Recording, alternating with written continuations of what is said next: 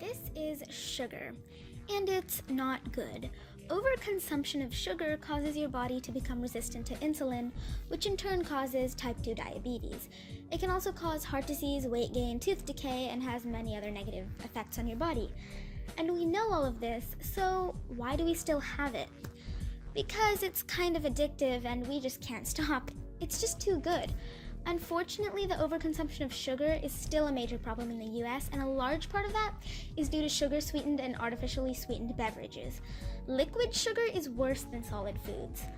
One study showed that people that consumed a large quantity of jelly beans were less likely to eat more food later in the day, but for those who consumed the same quantity of Coca-Cola, their diet choice didn't change at all. Since the mid-1990s, students have consumed a greater amount of added sugars recommended off of beverages alone.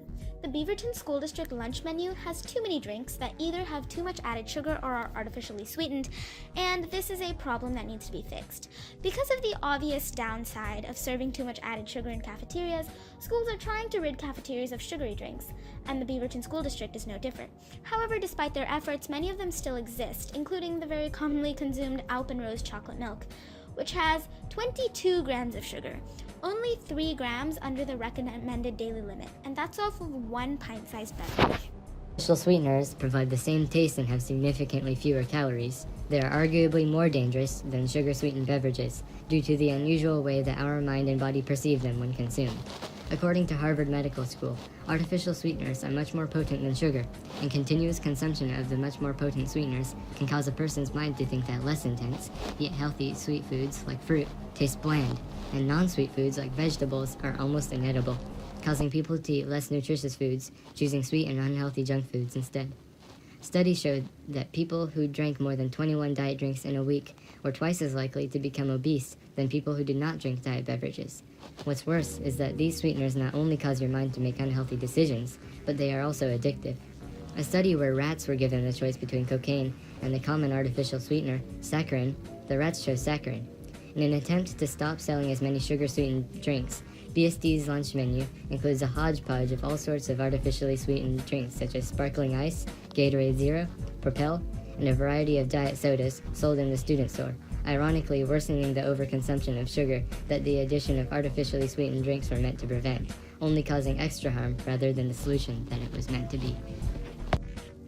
If it is both unhealthy to sell drinks sweetened with sugar and drinks sweetened artificially, you may ask, what can we do to help solve this major problem?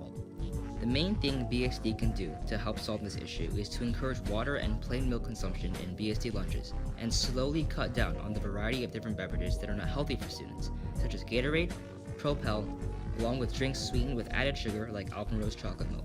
The Beaverton School District offers both 2% milk and fat-free milk, and those two healthy options do not need the inclusion of an unhealthy chocolate milk along with it. Also, as it is difficult for students to get used to their sweet beverages being gone all at once, Slowly cutting the variety offered and advocating water and milk as a replacement will slowly accustom students to healthier beverage options. In order to accomplish BSD's goal to give students wholesome and healthy lunches, getting rid of added and artificial sugars will be a key step to add on to the healthy and nutritious food options in BSD lunch menus. You have the power to change how students live their lives. Students eating in cafeterias choose between the options given, and giving them healthier options will result in healthier students. Implementing this solution will be a major step in ridding BSD cafeterias of unhealthy items, and BSD will lead as an example, striving for healthier lifestyles of their students.